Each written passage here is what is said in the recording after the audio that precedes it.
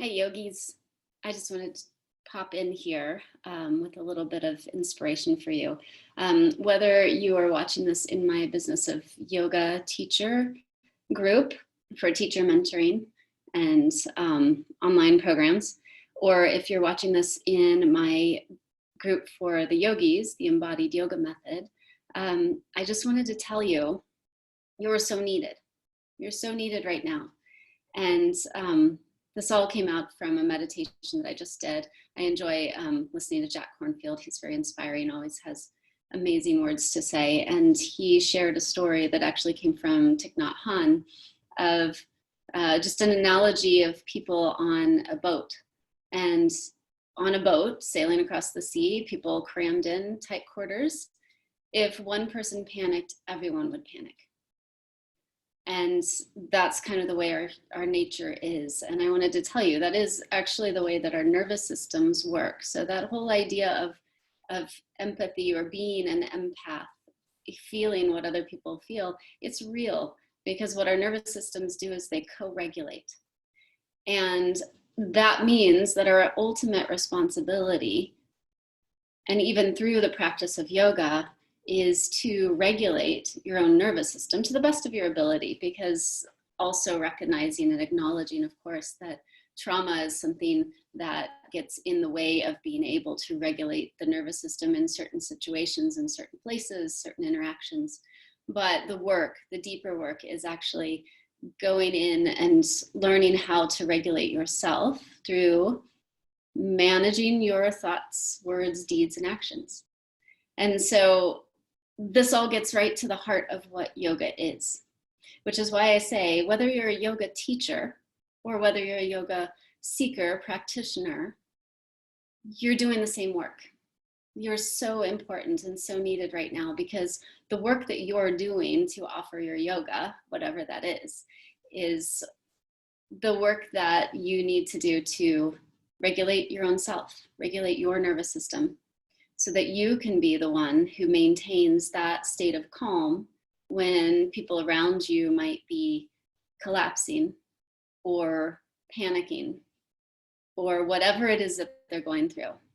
So that you can be the one that sees clearly, that listens deeply, and that responds in the best way possible. And that doesn't mean that any of us are perfect. Of course we're not. We're all working, and that's why this yoga practice is a practice, isn't it? And I think we learn that quite quickly as we dive into the yoga practice, the yoga journey, whatever it is, and things seem to get better, they're going well. We start to notice, oh, when I practice yoga, I'm so much more present to myself and my world around me, and I'm so much happier to be here. And then it starts to get a little more difficult, because we start to notice those things that we don't necessarily want to see, we don't necessarily like. And so that's when the practice gets deeper, and it becomes, how do I be with those things that I like and those things that I dislike perhaps, and maintain that state, that homeostasis. And so this is the fascinating part of yoga that I love to bring into all of my classes, all of my workshops, all of my courses. And it really comes down to noticing your body. So do it with me right now. Soften your gaze, close your eyes, sit tall. Turn your gaze inward. Notice your breath. However it lands, whatever quality you notice about it. And simply experience it. Experience your breath. Experience your body.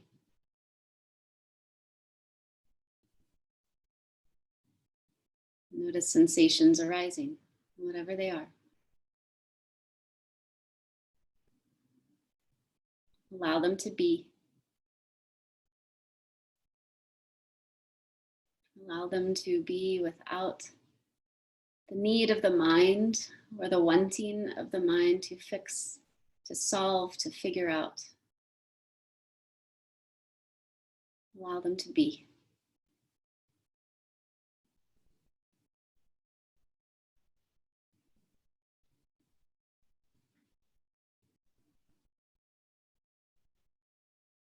Whenever you feel ready, go ahead and open your eyes again.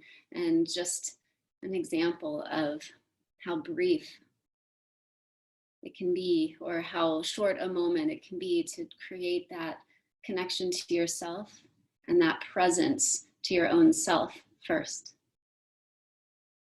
So that you can be the one who doesn't panic. You can be the one who doesn't collapse.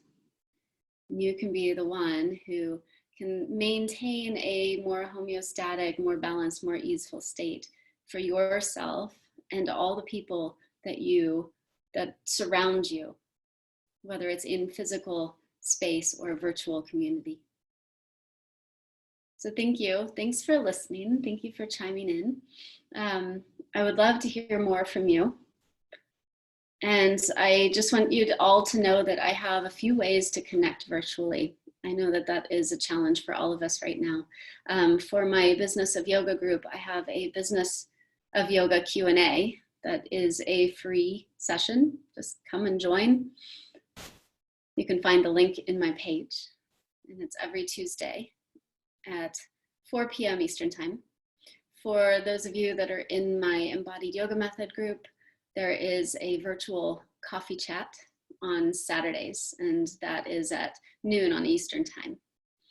And so coffee is in parentheses because it really is sometimes tea time for people, sometimes it's water time, whatever it is that you need to nourish yourself and really find that connection, because I believe it's possible. This virtual airspace, the connection comes through me to connect to others. And so when I can connect to myself first, then I can be that for others. And I hope that you all acknowledge how you are doing the same work as yoga teachers, as yoga seekers, as yoga practitioners, however yoga is a part of your life. You are doing the practice, doing the work. And you are so needed and so important and so valuable right now. We are all in it together, even those of us who are not. So thank you. Have a lovely day. I will see you in virtual space very soon.